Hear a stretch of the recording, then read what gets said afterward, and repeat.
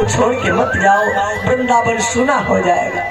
भगवान ने कहा, देवियों तुम्हें नहीं पता, मामा कंस ने बुलवाया, निमंत्रण भेजा है, रथ भेजा है और जाना जरूरी है, इसलिए मैं फिर आऊंगा और मुझे जाने की अनुमति दो। सब लोग सराहना से रहो, आराम से रहो।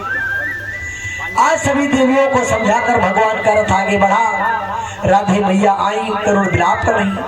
भगवान ने कहा, तुम तो जन्म जन्म की तपस्विनी हो राधे, तुम तो कण कण में हमारा दर्शन करती हो, फिर तुमको माया मोह को सता रहा। जहां याद करोगी वहां श्याम सुंदर आ जाएगा। राधे मैया को समझाकर प्रभु का रथ आगे बढ़ा और मथुरा के निकट पहुंच गया। मथुरा के किनारे रथ खड़ा करके अक्रूर जी हाथ जोड़कर कहते हैं, महाराज पहले हमारे घर चलिए। तो कृष्ण भगवान कहने लगे, चाचा आप तो कंस के दूत हैं, मालूम है आपको कि मैं कंस का निमंत्रण स्वीकार करके आया हूँ, निमंत्रण में आया हूँ। तो अब हम पहले निमंत्रण स्वीकार करेंगे, पहले हम कंस से मिलेंगे, मामा से, फिर तुम्हारी मुलाकात करेंगे। जाओ बता दो अब तुम्हारे बहने आ चुके हैं। अक्रूर जी का रथ सहित भेज दिया और कहा, हम यही बाहर हैं और हम आए चाहिए। अक्रूर जी अंदर गए, दरबार में समाचार बताया कि कृष्ण बलराम आ चुके हैं महाराज। इधर कृष्ण भगवान बलराम भोले भाले बन गए कान्हा, क्योंकि नंद बाबा साथ में गए थे, ग्वाल बाल साथ में। कहने लगे, मन में विचार किया कृष्ण जी ने, अगर मैं नंद बाबा के साथ चलता हूँ तो बाबा बेटा और पुत्र का रिश्ता समझकर बिगड़ जाएगा। क्यों? हम कंस के अत्याचारियों को मारेंगे और नंद के हृदय में जो लाड़ प्यार है पुत्र का वो खत्म हो जाएगा और समझ जाएंगे त्रिलोकीनाथ है। इसलिए वो भोले बन गए और क्या कह रहे, बाबा तुम्हारे चरण दाब दे।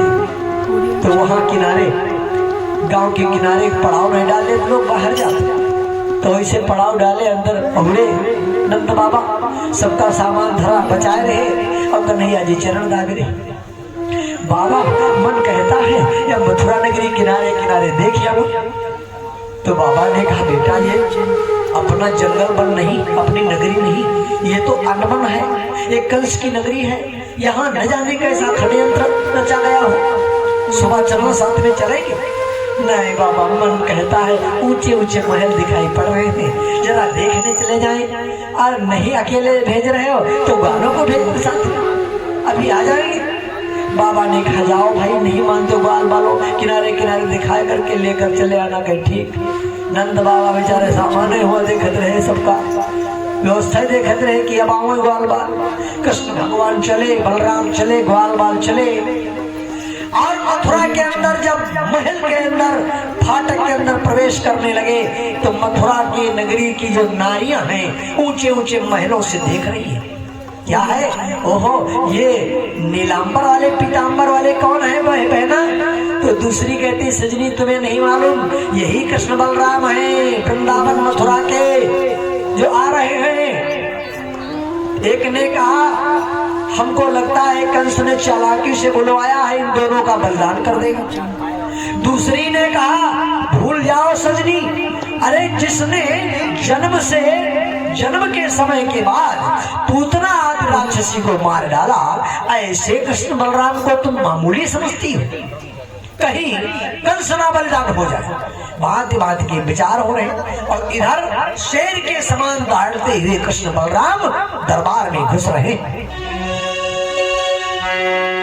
चले जाए दोनों भैया कि धीरे धीरे ना, कि धीरे धीरे ना, चले जाए दोनों भैया धीरे धीरे ना, धीरे धीरे ना, चले जाए दोनों भैया धीरे धीरे ना, धीरे धीरे ना।